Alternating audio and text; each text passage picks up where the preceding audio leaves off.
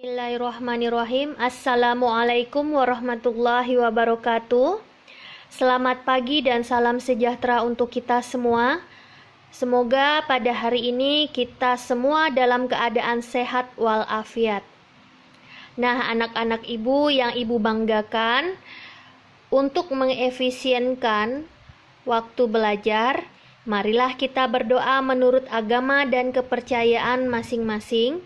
Berdoa dimulai. Berdoa selesai.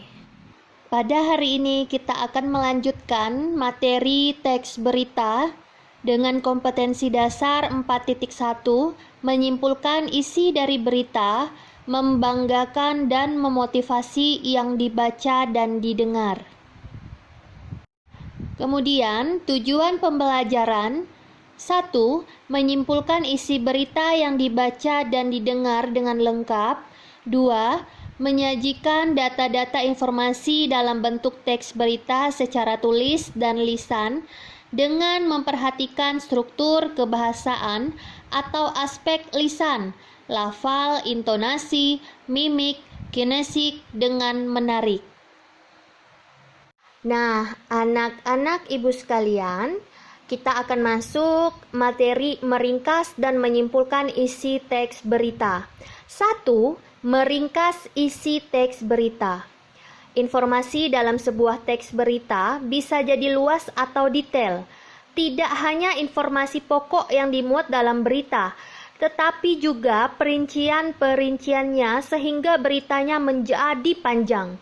Akan tetapi, bila kita ingin tahu informasi pokoknya saja, kita bisa meringkas teks berita tersebut dengan mengambil informasi utama yang berkaitan dengan unsur teks berita, yaitu 5W plus 1H, atau yang sering kita untuk mudah mengingatnya itu adalah adik Simba.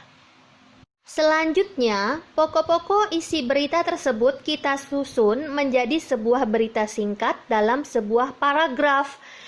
Nah, untuk menentukan ringkasan isi berita, kita harus terlebih dahulu menemukan pokok-pokok dari isi berita tersebut. Caranya dengan 5W plus 1H. Setelah semuanya menjadi satu, maka kita dengan mudah menyusun berita singkat menjadi sebuah paragraf. Yang kedua, menyimpulkan pokok-pokok isi berita. Pokok-pokok isi atau pokok-pokok informasi dalam sebuah berita berkaitan dengan unsur 5W plus 1H atau adik Simba. Informasi yang lain merupakan informasi tambahan atau hanya penjelas saja.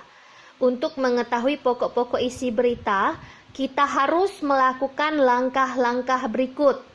A. Membaca teks berita dengan cermat. B.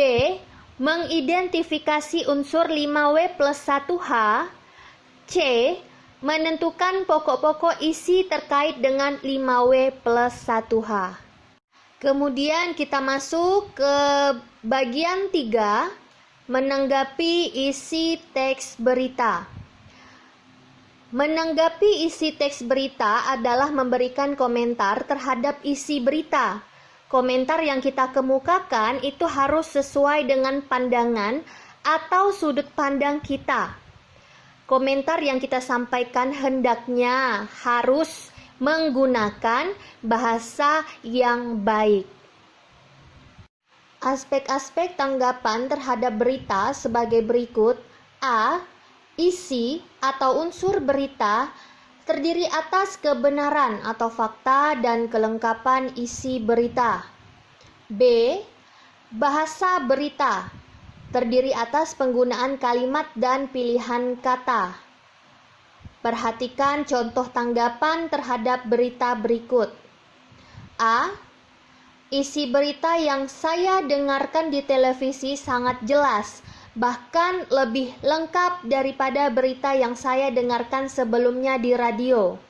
B.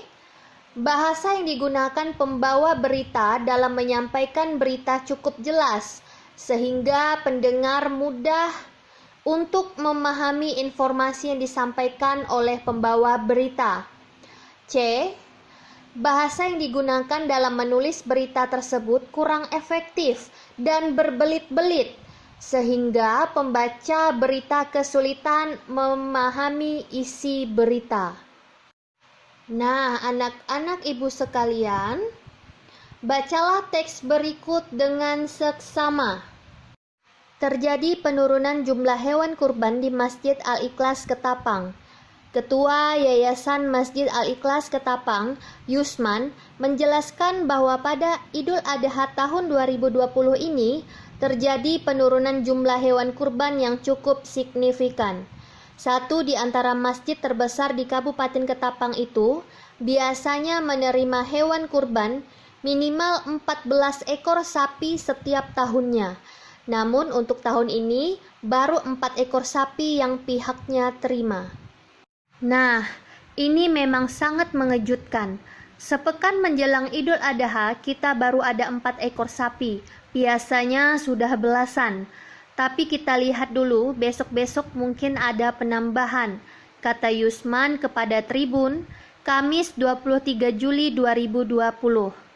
Yusman mengaku hal ini terjadi akibat beberapa faktor, seperti sempat ditutupnya Masjid Al-Ikhlas pada Ramadan kemarin akibat pandemi, dan juga faktor ekonomi masyarakat yang membuat minat untuk membeli hewan kurban menjadi berkurang.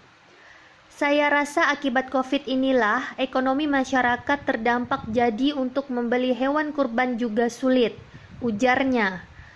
Untuk itu, Yusman mengaku jika memang tidak terjadi penambahan hewan kurban sampai pelaksanaan Idul Adha nanti, pihaknya berencana hanya membagikan hewan kurban tersebut ke warga sekitar masjid yang membutuhkan. Terpaksa kita bagikan hanya untuk warga sekitar yang tidak mampu, kalau biasanya kita bagikan ke beberapa kecamatan, pungkasnya. Nah, anak-anak ibu sekalian, soal dari teks berita tersebut. 1. Tentukan pokok-pokok isi teks berita yang kamu baca di atas. Unsur teksnya: what, apa; who, siapa; when, kapan; where, di mana; why, mengapa; who, bagaimana. Soal nomor 2. Tulislah simpulan dan tanggapan isi teks berita yang kamu baca di atas berdasarkan pokok-pokok isi yang telah kamu tentukan. Bagaimana materi pembelajaran kita pada hari ini? Menyenangkan, bukan?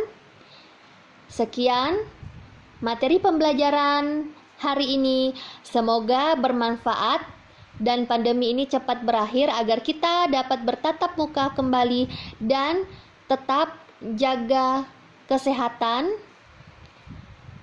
Wassalamualaikum warahmatullahi wabarakatuh.